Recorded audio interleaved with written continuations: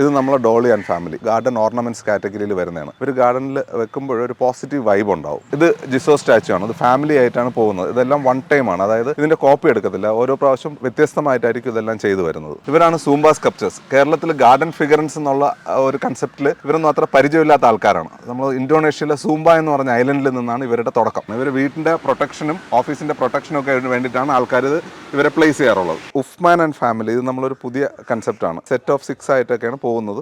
ഇതിന്റെ കൂട്ടത്തിൽ തന്നെ നമ്മളൊരു പുതിയതായിട്ട് ഡെവലപ്പ് ചെയ്തതാണ് ഉഫ് ഫ്ലവർ. ഇതാണ് എഗ്മാൻ ആൻഡ് ഫാമിലി. കല്ലുക്കുള്ള ശില്പം തൂങ്ങി കിടക്കും, ചിന്ന ഊളി തട്ടി തട്ടി എളുപ്പം, അത് കല്ലിൻ തോൽവിയായില്ലേ ഊളിയൻ വെട്രിയാ. ഹായ്, എൻ്റെ പേര് കിഷോർ.